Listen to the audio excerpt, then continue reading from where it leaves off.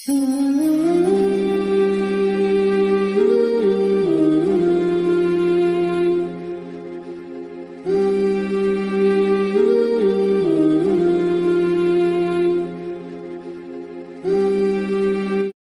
الرحیم نحمدہ و نصلی علی رسول الکریم۔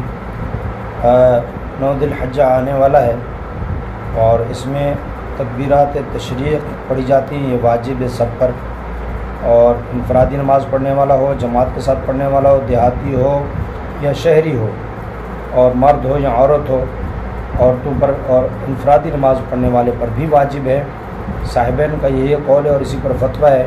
البتہ امام ابو حنیفہ رحمہ اللہ فرماتے ہیں منفرد اور خواتین پر نہیں، لیکن فتویٰ اسی پر ہے کہ ان پر بھی واجب ہے۔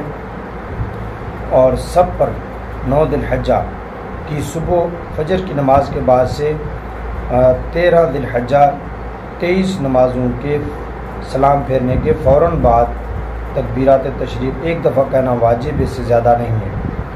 البتہ یہ فرق ہے، مرد جو ہے وہ بآواز بلند پڑھیں گے تاکہ سب کو یاد آ جائے وہ پڑھیں، اور امام صاحب پڑھیں گے تاکہ سب کو یاد آ جائے۔